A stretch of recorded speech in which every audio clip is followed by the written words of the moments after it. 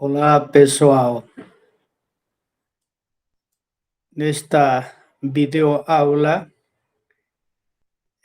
nós vamos resolver um exercício de cálculo de fluxo em uma dada superfície, ok? Na questão, diz o seguinte: determine o fluxo do campo vetorial F de componentes x, y, c quadrado na superfície do cone C igual f de xy igual raiz quadrada x quadrado mais y quadrado, em que a altura do cone varia entre 1 e 2. Dá para ver aqui a figura em que temos o campo vetorial desenhado nessa região espacial e temos aqui a superfície cônica truncada, certo? Em que a altura varia desde C igual a 1 até C igual a 2, ok? Muito bem. Então, para poder resolver essa questão, vamos analisar algunos detalles geométricos, ok? Então, nesta figura, nós temos esta superfície cônica em que a equação é a seguinte: é raiz quadrada x quadrado y quadrado, certo?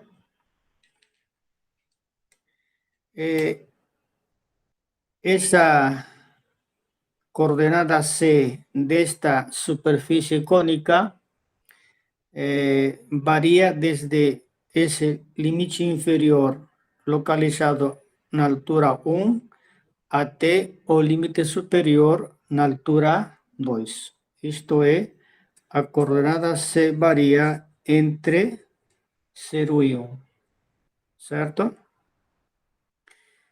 Muito bem.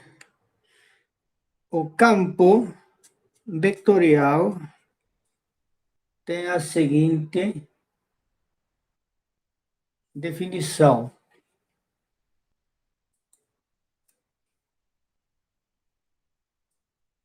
x, y, c quadrado, onde esse campo está definido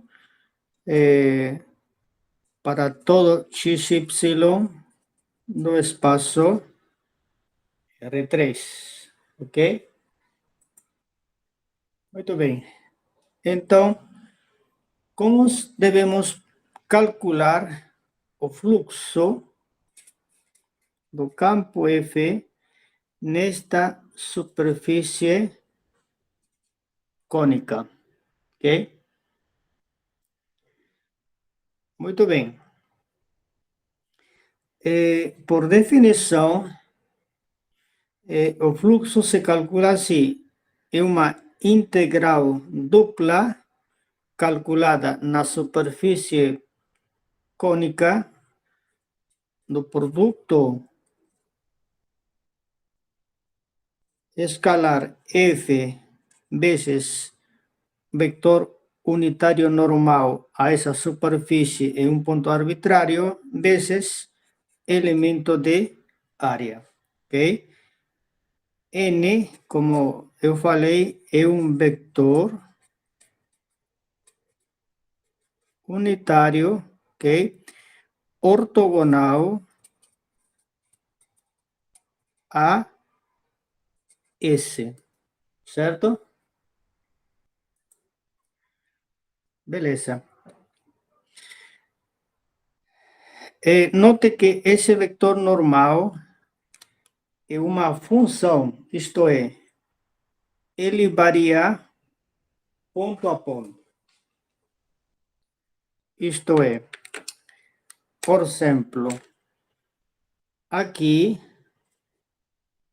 a normal será, por exemplo, mais ou menos nessa direção. Por aqui a normal será mais ou menos nessa outra direção, entende? Então a normal está variando ponto a ponto. Como essa superfície tem duas faces, certo? Tem a face de fora, ok? Essa parte aqui, e tem a face de dentro. Ou seja, a superfície tem dois lados, né? Lado de fora, lado de dentro. Nesse caso, como a questão não fala nada sobre qual face devemos escolher, então nós vamos escolher uma delas. No caso, vamos trabalhar com a face de fora, ok? Então, esta face aqui que vamos considerar, portanto, normal, está apontando, digamos assim, para fora desta região, tá? Então, esse vai ser a normal que vamos trabalhar. Muito bem. Então, em seguida, nós temos que calcular essa normal, certo? E o elemento diferencial de área. Então, dA aqui é o elemento diferencial de área na superfície cônica S, ok? Pronto. Uma maneira de proceder é parametrizar nossa superfície, certo? Isto é, vamos definir esta, a partir desta equação cartesiana para nossa superfície cônica, vamos definir uma função vectorial que descreve também esta superfície, ok? Ou seja, a partir desta expressão cartesiana para a equação desta superfície, nós vamos propor uma função vectorial a dois parâmetros que descreve esta superfície cônica. Então, a escolha natural é a seguinte. Considerando esta superfície cônica em que temos aqui uma borda menor localizada à altura C igual a 1 e esta borda maior localizada à altura C igual a 2, se a gente proyecta para baixo essa superfície, naturalmente esta borda vai gerar esta circunferência, ok, das mesmas dimensões. Esta borda que está em cima vai gerar esta circunferência, ok, das mesmas dimensões, ou seja, do mesmo raio, certo? Então, essa parte anular, certo, seria a sombra dessa superfície cônica no plano x, y, beleza? Então, isso daqui é a sombra projetada, certo?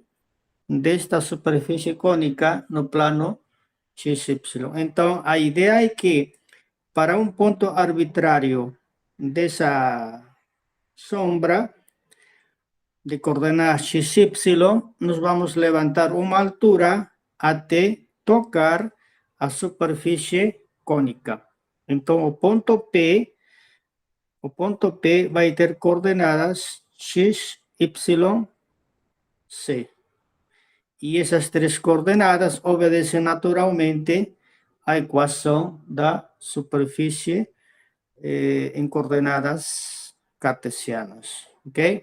Então, a ideia é que vamos criar uma função que leva esse ponto para esse ponto. Isso se chama parametrização natural dessa superfície. E isso vamos fazer assim. Então, eu vou definir uma função, certo? Que um certo domínio bidimensional vai ser mapeado aos pontos da superfície cônica, ok? Então, estou falando que os pontos x, y vai ser mapeado no ponto P, que seria x, y, f de x, y, beleza? Então, isso daí é minha função vetorial que parametriza naturalmente essa superfície cônica, certo? Então, especificando melhor, temos que x, y, raiz quadrada de x quadrado mais y quadrado, ok? Certo. Só que seria interessante ir para coordenadas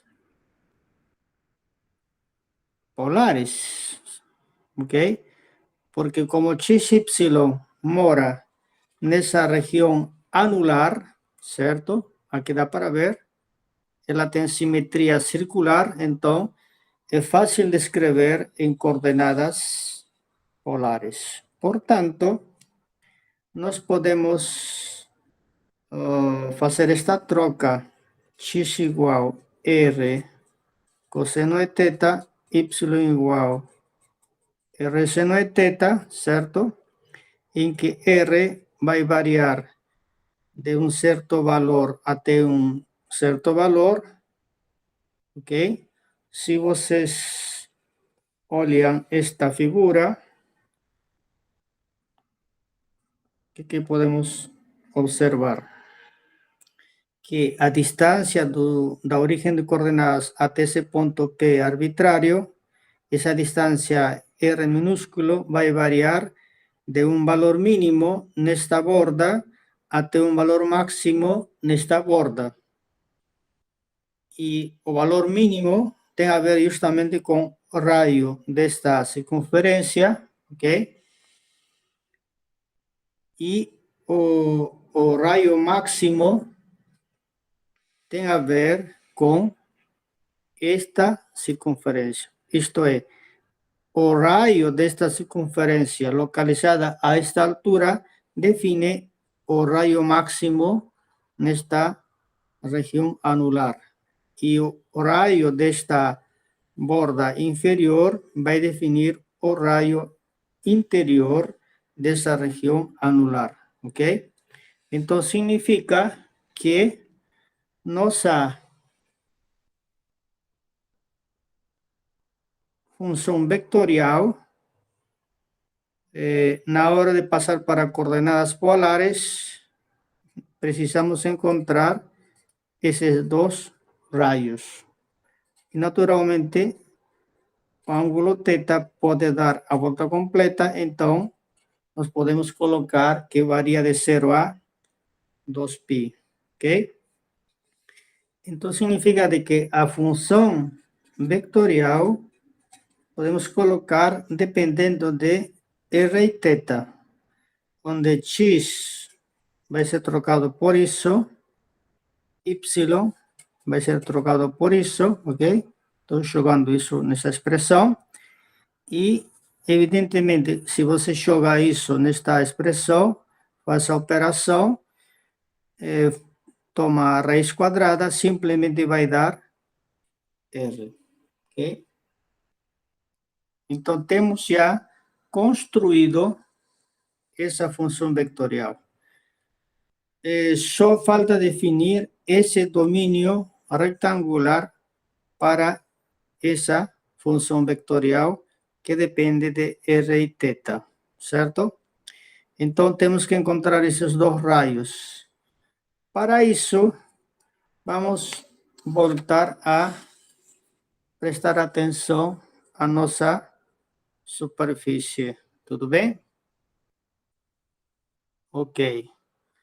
Então, note que esta circunferência se encontra na altura C2.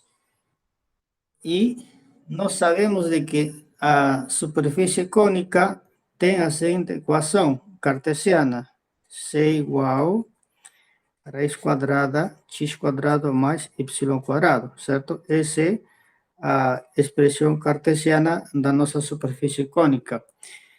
Em particular, continua valendo para estes pontos, que está localizado à altura 2. A partir de aqui, você eleva ao quadrado, então você encontra a equação desta curva que satisfaz a equação da superfície cônica, certo? E que está à altura 2. Portanto, essa circunferência tem esta equação, ok? Então, se você achar melhor, eu posso dizer que esta curva, que vou chamar de gama 1, tem a seguinte equação. Vou escrever aqui. É XYC, que pertence a R3, em que temos aqui a equação da circunferência localizada à altura 2. E daqui é fácil perceber que o raio dessa circunferência é 2, beleza? Ou seja, essa distância é 2, tá? Esse seria o R2, né? Então, já podemos escrever isso, beleza? Em forma similar, nós podemos também proceder a calcular a equação desta outra borda, que vou chamar de gama 2, ok? Então, gama 2, da mesma forma, são pontos do espaço R3 em que essa circunferência obedece, okay, esta relação x quadrado, y quadrado igual a 1, certo? Nós faríamos o mesmo procedimento. A equação da superfície cônica igualamos a 1, okay, para poder definir a equação dessa curva. Você leva ao quadrado, então chega que aqui teríamos x quadrado mais y quadrado igual a 1, ou seja, o que estou escrevendo. Então, portanto, eu tenho essas duas circunferências e nesse caso, o raio seria 1. Portanto, se você olha essa figura, ok? O raio maior de aqui até aqui seria 2, que coincide com o raio desta circunferência que está no plano C2, e o raio interior seria 1, que naturalmente coincide com o raio desta circunferência, ok? Localizado no plano C igual a 1, ok? Então, em seguida, já podemos escrever qual é o domínio ômega da nossa função vetorial. É 0 do π, ok? Para respeitar esta ordem, Então, colocaríamos aqui R variando de 1 a 2, ok? R variando de 1 a 2, beleza? E teta variando de 0 a 2pi, ok? Então, aqui está o intervalo para R, aqui está o intervalo para teta, ok? Então, esse daqui é o domínio desta função vetorial que descreve nossa superfície cônica, ok? Então, esta é a função com que nós vamos trabalhar com este domínio, ok? Beleza. Em seguida, nós vamos a calcular a normal e o elemento diferencial de área sobre essa superfície cônica. Então, eu tinha dito de que a fórmula do fluxo do campo vetorial F na superfície cônica é uma integral dupla calculado na superfície cônica, produto de F ponto N dA, não é isso? Ok. Acontece, ok? Acontece que nós podemos lembrar, nesse momento, a fórmula do elemento de área e a normal. Okay? O elemento de área se calcula a partir dessa função vetorial como produto vetorial em relação às dois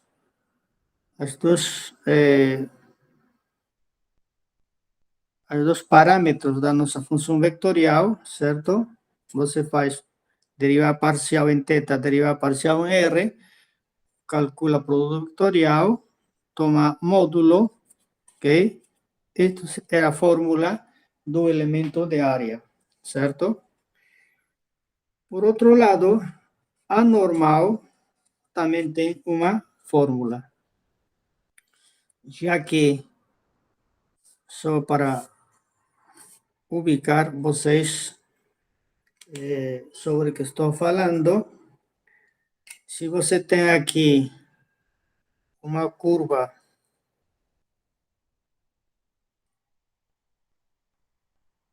em que temos aqui a derivada de phi de θ, ok? Aqui temos outra curva em que temos aqui phi de R, certo? Então, essa é a curva em que a variável R estaria fixado e T está variando ao longo dessa curva. E aqui, reciprocamente, nessa curva, variável R está variando e θ é fixo. Então, quando você faz a derivada, vamos construir os vetores tangentes, respectivamente, nesse ponto de intersecção. Ao realizar produto vetorial, nós vamos ter o vetor, um vetor perpendicular à nossa superfície, beleza? Então, eu vou escolher esse produto vetorial. Então, vai ficar phi de θ vezes phi de R. Para ser vector unitário, eu terei que dividir pelo módulo desse vector. Então, agora, esse vector é um vector unitário perpendicular à nossa superfície S parametrizada con R y teta. ¿Ok? Entonces, si nós substituirmos, como fica? A expressão para fluxo fica F, avaliado naturalmente na superfície, produto escalar. Aqui colocamos a expressão do vector unitário normal, ok? Certo? E aqui colocamos a fórmula do elemento diferencial de área, certo? E em seguida é fácil ver que estas expressões se cancelam, ok? Então, nós temos a seguinte expressão final. Então, o fluxo de F em S vai ser integral dupla F ponto phi de teta phi de R de teta de R. Ok? Aqui tem uma questão de esclarecimento. Como nós temos escolhido a superfície do lado de fora dessa superfície cônica, nós temos que verificar se efectivamente este vector aponta para o lado de fora da superfície cônica, que foi nossa escolha para calcular fluxo, ok? Isto é, se eu tenho aqui a minha superfície cônica, beleza? Então, nós temos que verificar, por exemplo, se você localizar no primeiro oitante, ok? XYC, se você faz a conta no primeiro oitante, então, esse vector tem que apontar mais ou menos nessa direção, entende? Então, basta verificar o sinal, tem que ser positivo em X, em Y, em C, e assim garantimos de que estamos trabalhando com esta superfície de fora, já que esse vector normal aponta justamente nessa direção, ou seja, para fora desta região. Então, é só verificar no final, o sinal desse vector tem que ser adequado de acordo à nossa escolha da superfície, ou seja, da face com que estamos trabalhando, tá? Ok. Então, em seguida, nós vamos calcular esse produto vetorial, certo? Claro, temos que calcular as derivadas parciais, tá? Então, vamos pegar aqui a informação da função, certo?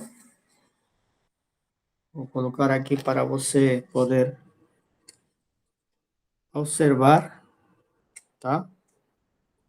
Então, temos derivada parcial de φ em relação a R. Derivando, aqui vai ficar cosseno de teta, derivando, aqui vai ficar seno de teta, e derivando, aqui vai ficar 1. Ok? Muito bem. Em seguida, vamos derivar esta mesma expressão em relação a teta. Derivada parcial, aqui seria menos seno de teta, então fica menos R seno de teta.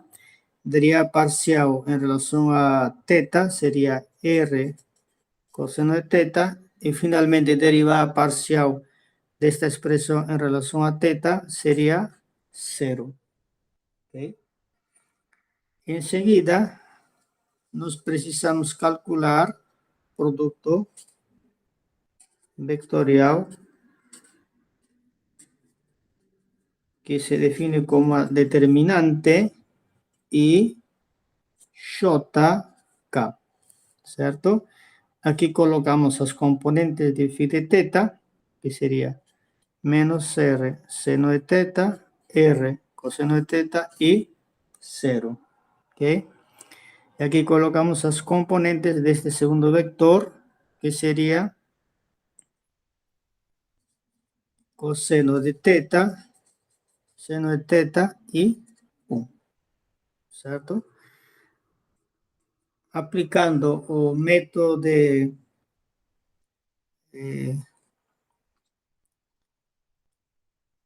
o aplicando o método de menores complementarios, ¿cierto? Como que desenvolvemos esa determinante. Vamos a escoger aquí esa línea pivot, ¿cierto? Y enseguida hacemos lo siguiente. Eliminamos esa columna a intersección E I,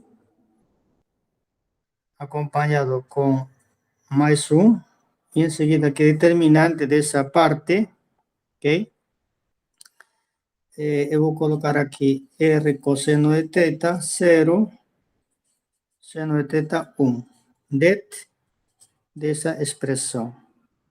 Mas eliminamos essa coluna, intersecção J, menos 1, eliminando essa columna y esa línea, que sería menos R seno de teta 0, coseno de teta 1. Beleza? Y finalmente, K, ese de aquí, porque intersección de esa línea con esa columna, o sinal más que debido a fórmula que define y determina esa matriz 3x3, seguido pela determinante de una matriz 2x2, eliminando justamente esas dos, esa línea y esa columna, que es esa parte aquí. Menos R seno, R coseno, coseno, seno. ¿Ok? Y enseguida tenemos que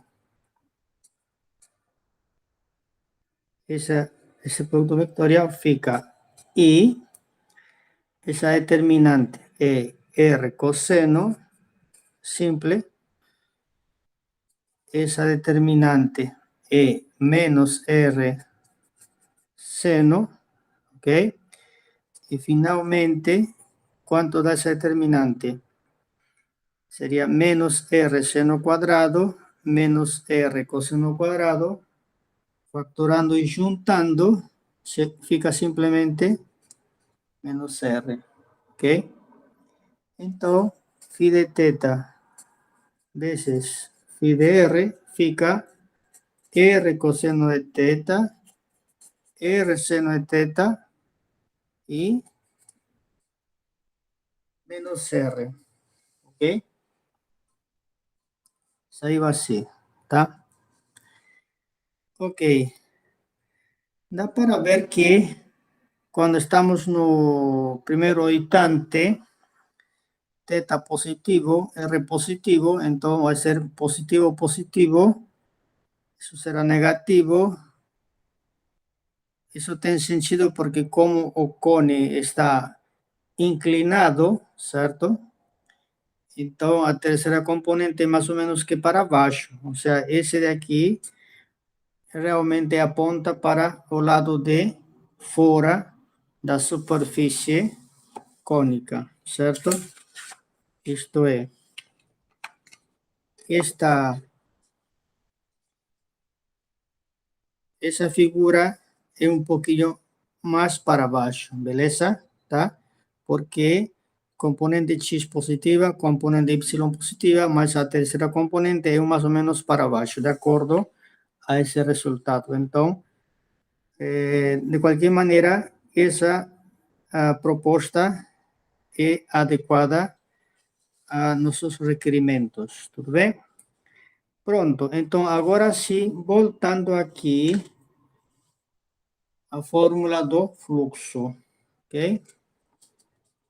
Essa é a fórmula do fluxo, então nós já podemos substituir esta expressão e o campo, beleza? Ok,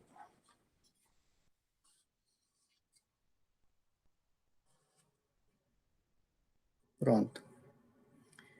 Então, temos o fluxo do campo F na superfície cônica, integral dupla, na superfície cônica, vamos substituir o campo. Campo é xy c quadrado, só que esse campo tem que ser avaliado, certo? Tem que ser avaliado na superfície cônica, beleza? Porque assim como está, esse campo está definido para todo R3, só que a mim me interessa unicamente quando ele age sobre a superfície cônica. Então, temos que fazer essa avaliação disto em S. Produto escalar, certo? Com esta expressão que nós já temos aqui. R cosseno de teta, R seno de teta, menos R, completando de teta de R. Beleza? Ok. Então, só que em esse detalhe, em esse que acontece? Na superfície S, a coordenada x de S tem uma expressão, certo? Cadê? Deixa eu mostrar para vocês. A expressão está aqui. A coordenada x da superfície cônica está aqui. É importante essa parte prestar muita atenção no que vamos fazer, viu? Então, na superfície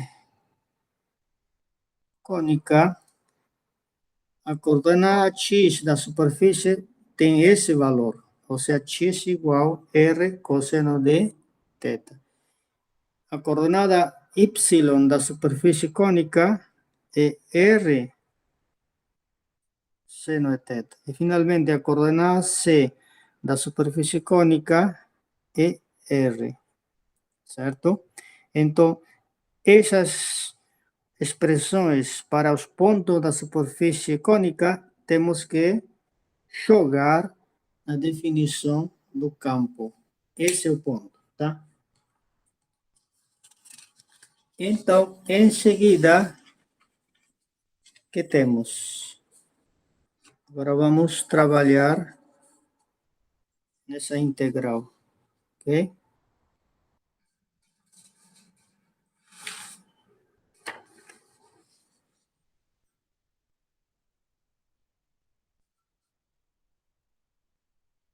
Certo?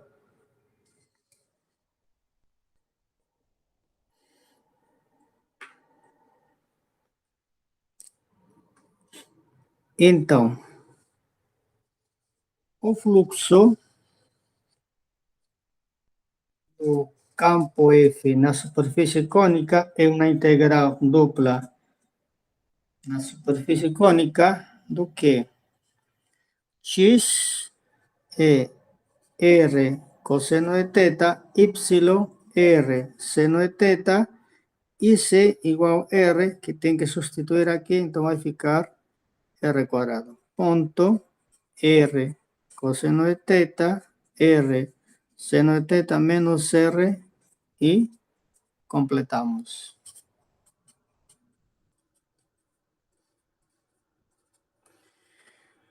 Ok, desenvolvendo o produto interno, fica r quadrado Cosseno cuadrado de teta más r cuadrado seno cuadrado de teta menos r cubo de r de teta. ¿Tá? Simplificando, o fluxo fica integral. Isso daqui dá simplesmente r cuadrado, aqui r cubo, e aqui vamos colocar dr de teta. Nós sabemos os valores para r e teta, está aqui, ok? Então, organizando adequadamente essa integral dupla, vamos colocar, por último, os limites para teta, 0 a 2pi, e colocamos aqui os limites para r, que é o que nós vamos desenrolar primeiro, certo? Então, essa diferencial está relacionada com esta integral e essa diferencial com esta última, ok? Pronto.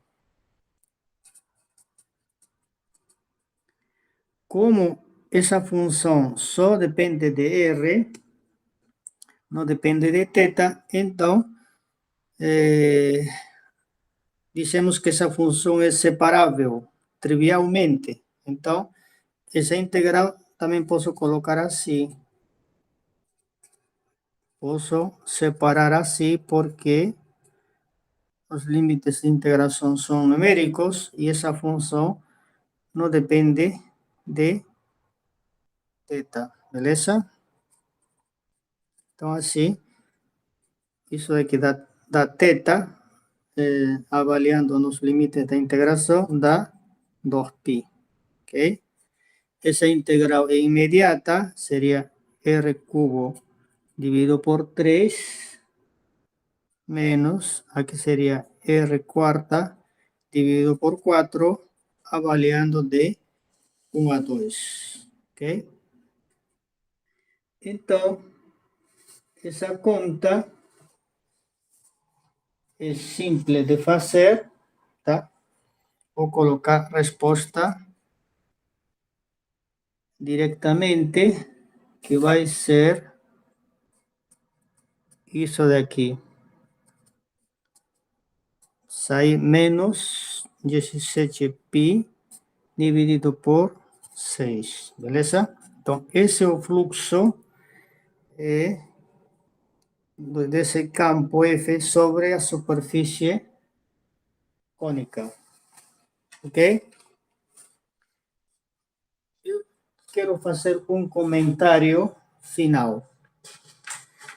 Esse exercício se poderia fazer de outra maneira e a explicação completa vai ser tema de outro vídeo. Porém, eu posso dar uma dica nesse momento. Se eu tenho aqui a superfície cônica, certo? Cone truncado, e eu estou interessado em calcular o fluxo nesta superfície, que vamos chamar S, beleza? Então, existe uma maneira de calcular esse fluxo utilizando o conceito de teorema da divergência. Mas para isso, eu preciso de uma superfície fechada. Então, eu vou tampar por cima e por baixo, beleza? Então, eu vou tampar assim, ok? Então, você vai ter duas novas superfícies no jogo. Superfície horizontal em forma de disco S1 e superfície também horizontal em forma de disco S2. Portanto, a união de S1 com a lateral, que é a própria superfície cônica, com a superfície de baixo, isso dá uma superfície total fechada, ok? E quando tenho fluxo nessa superfície total, ok? Superfície que já está fechada, ok? Isso simplesmente é a soma algébrica, certo? Do fluxo nesta superfície superior, fluxo na superfície inferior e fluxo, digamos assim, na superfície lateral. Então, qual é a estratégia? Nós calcularíamos este fluxo na superfície fechada através do teorema da divergência. O fluxo em S1, S2, você pode calcular em forma direta, certo? Inclusive, não há necessidade de parametrizar. E pronto, fazendo a diferença, finalmente, nós encontraríamos esta resposta, ok? Mas isso será tema de outro vídeo, ok?